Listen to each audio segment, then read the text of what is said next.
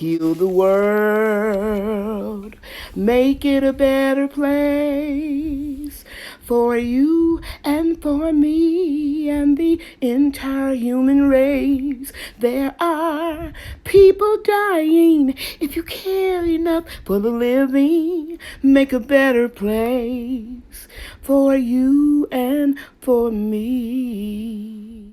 Hey everybody, Lady Cheryl here. I'm sitting in my dining room, and yesterday I showed you guys in my video how I harvest my mixed greens. And today I'm going to share with you how I cook them and how I pressure can them.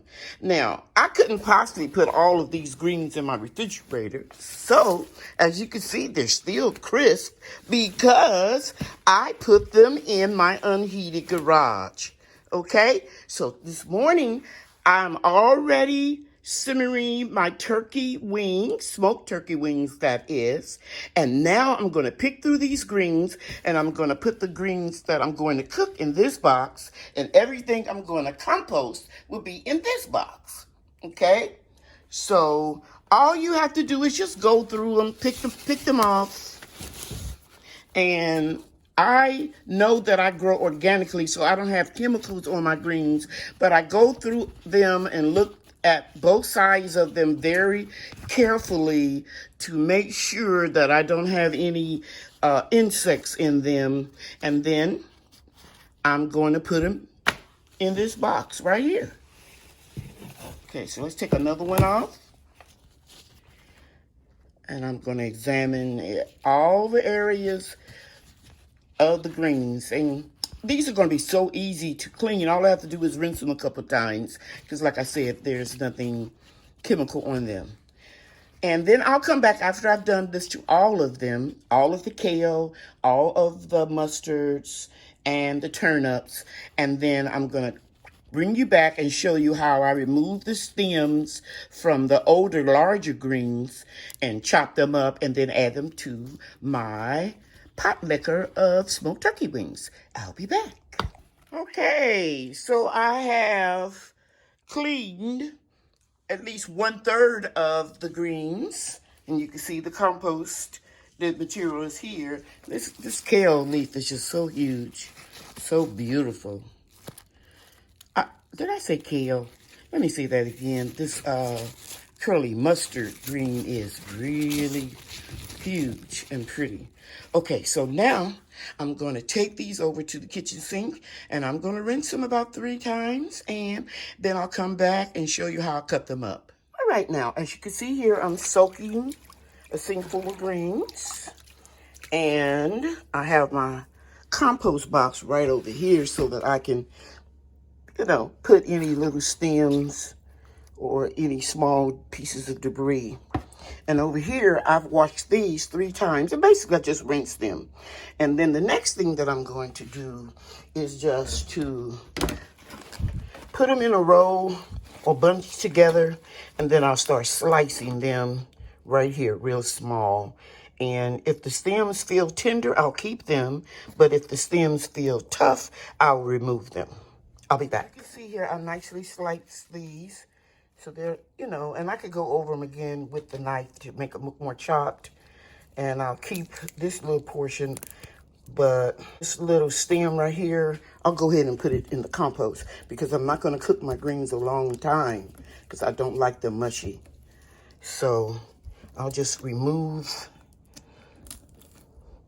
as much of the greens that I can off of the stem. I could do this better if I wasn't holding this camera.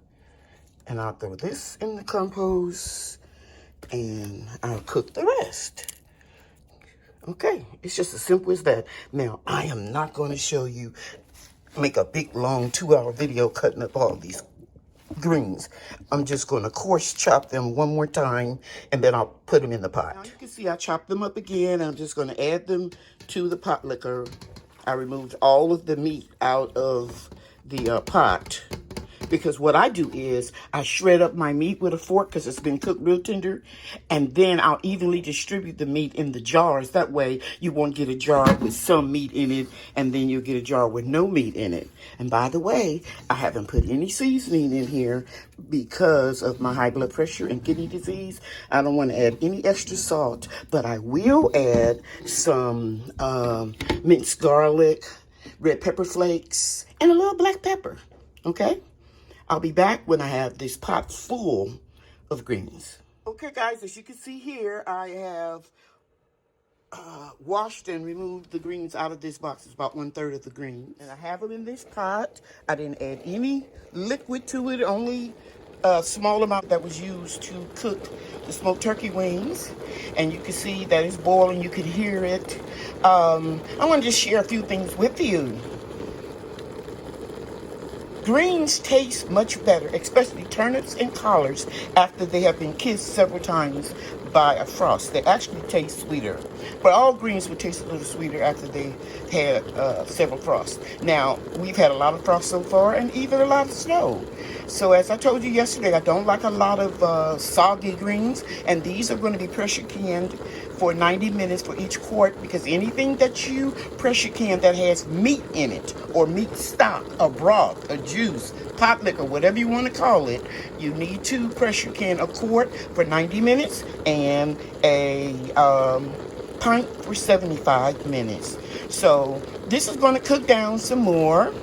So I'm going to put the top on it and let it do a slow simmer while I start picking and washing and chopping the rest of the greens. I have a few more greens left that I'm going to give to one of my senior citizen friends. As you can see, the compost box had to be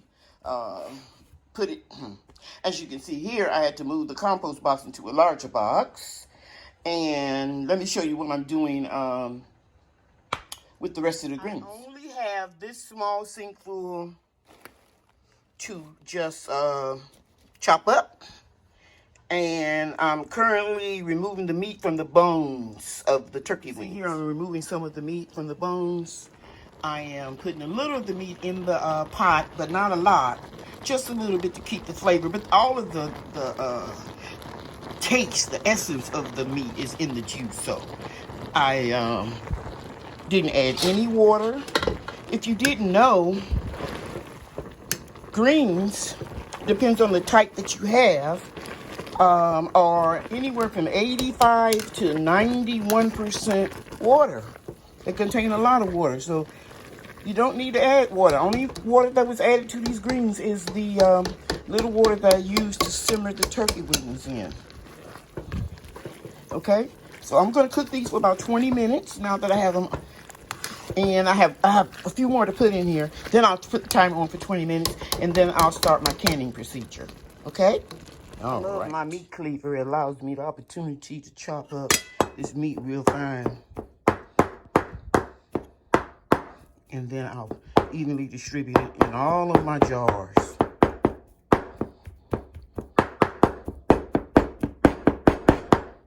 Okay, I'll be back. Okay, everybody, now it's time for me to can. My greens have been cooking for about 20 minutes. They're still warm.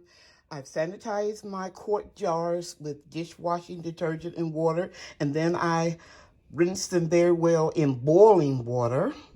I washed my rings and my lids. The lids are brand new. All you have to do is just wash them with soapy water and then put them in a container with water and let it come to a boil. But don't overdo it, because don't overboil your lids, because you don't want them to lose any of the rubber around the rims. And balls tell you don't boil them anymore. And then I sanitize all of my equipment, my funnel for my jars, my spatula to make sure that I don't have air bubbles, and my magnetic picker upper lid picker upper. Let me say that again. And also my lid picker upper. So now, I'm not going to fill all the jars on camera, but I'm going to show you that I'm going to put the greens in the jar, and I'm using a slotted spoon so that I can reserve the liquid so that I can evenly distribute it. Let me say that again. So that I can evenly distribute the pot liquor as well as the meat over there, the chopped turkey wings. So I will do one, and then I'll come back and show you what it looks like after I've done all of them.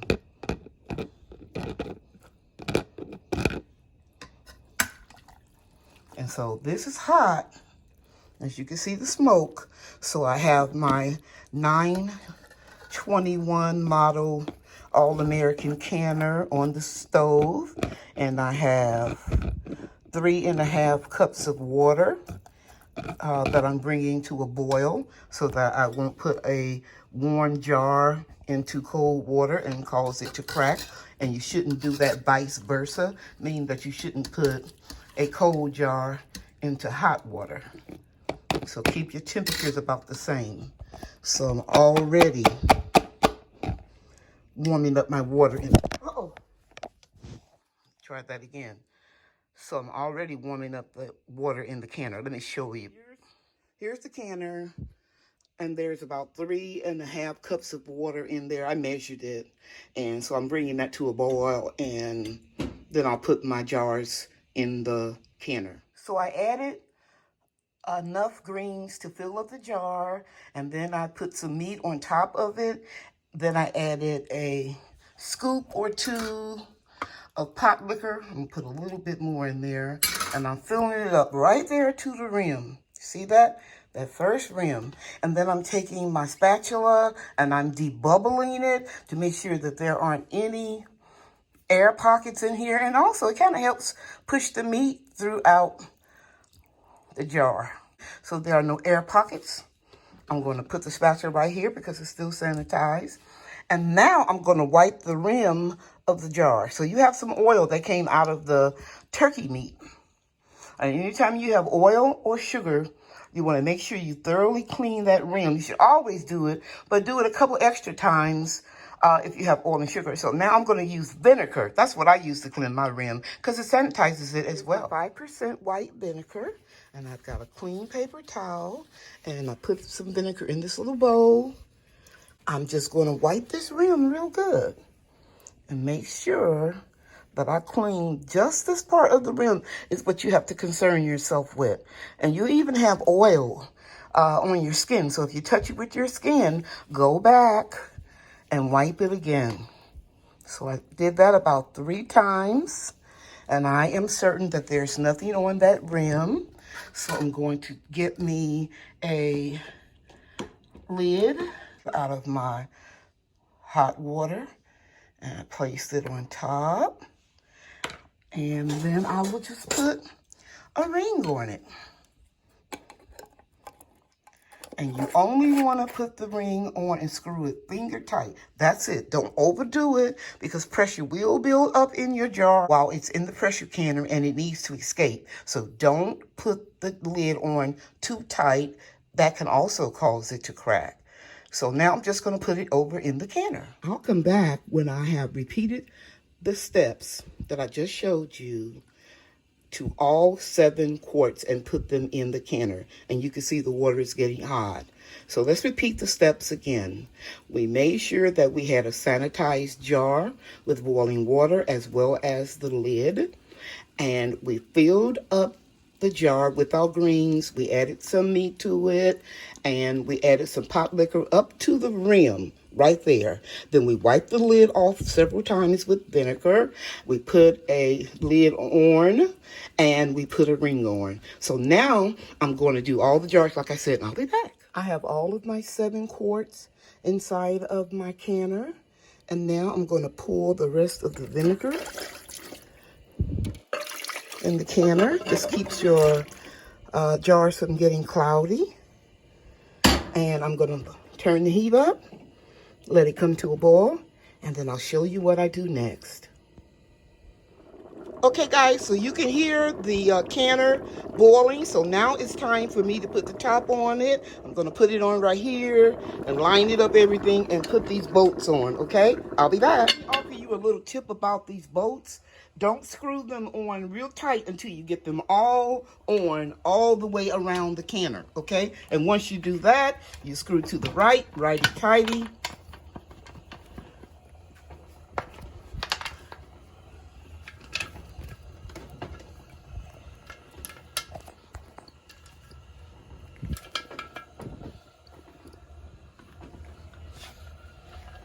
Got one more to go. I'm gonna go back and check them all. And guys, don't be nervous. These canners are real modern. As you can see, it's sputtering right now. So that pressure is building up because I have the top on. See that? The condensation came out. Now, we're gonna watch this gear gauge. And according to my manufacturer's directions for my altitude, this gear gauge needs to be right there at 11. And when it gets to that point, I'm going to bring you back and show you what I do next. Okay, so you see my gear gauge is a little bit past 10. I almost forgot what I was doing. I forgot I was taking you step by step. So I put my 10-pound weight on it. And now I'm going to set my timer after I reduce my heat for 90 minutes for quarts and 75 minutes for pints. But I'm doing 7 quarts in this canner. So in 90 minutes, I'll come back. Okay, everybody, my timer went off 30 minutes ago, and I just turned the gas off, and I'm not in a hurry. I just let it, you know, cool off naturally. And sometimes the weight is still hot.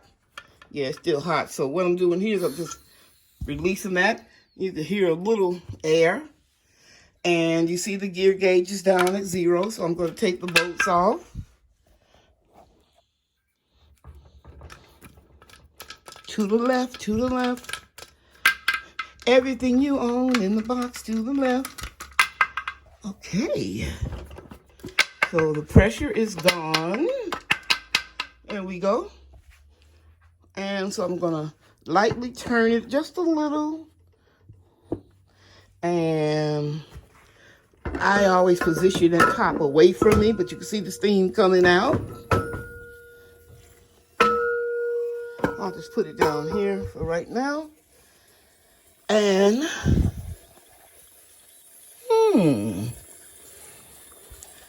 I see some discoloration on top of the rims because I put that vinegar on it. But that's okay. There's nothing wrong. And by the way, when I was putting the bolts on, I could hear some of the pinging going on actually before the pressure came up. Okay, so I'm going to take these out of the canner. Put your jars on a towel or a cutting board. And this is the jar remover. So the wood part goes into your palm, and the rubber around the gripper will get soft from the heat, and you just lift and wring them out and place them on a towel. Next time I'm gonna put my vinegar in the water before I put these jars in. That's what I normally do.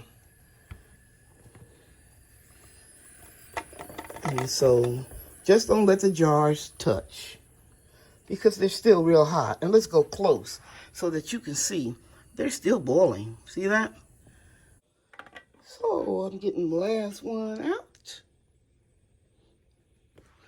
And now you just put a towel on the top of them that keeps the heat on them. It also lets them stay warm and help them ping. Oh, did you hear that? This one right here pinged.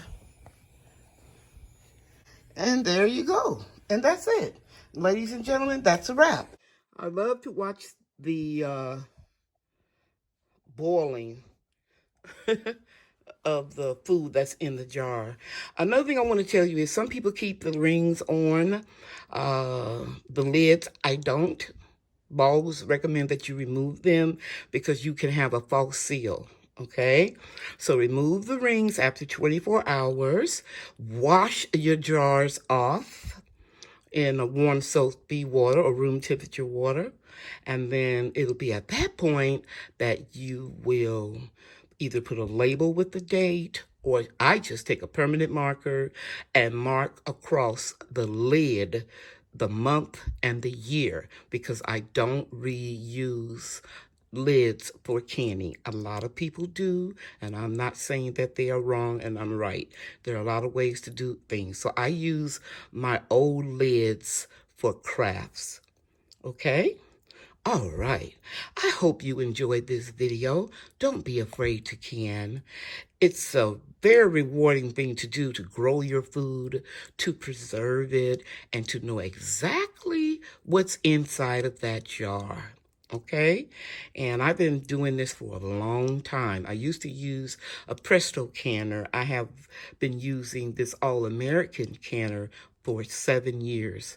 So I kind of know exactly where to put my dial on my gas once I maintain the gear gauge at 11. I just put it between low and medium, and the more that you do this, the more you will know your equipment and appliances, and the easier it gets. Okay, thank you so much for watching this video. I hope that you like it and share it with your friends. And if you haven't subscribed already, do me a favor and hit that subscribe button and the like button too. Thank you so much. God bless you. You know that God loves you, and I love you too. The end. Thank you for watching, everybody. Bye now.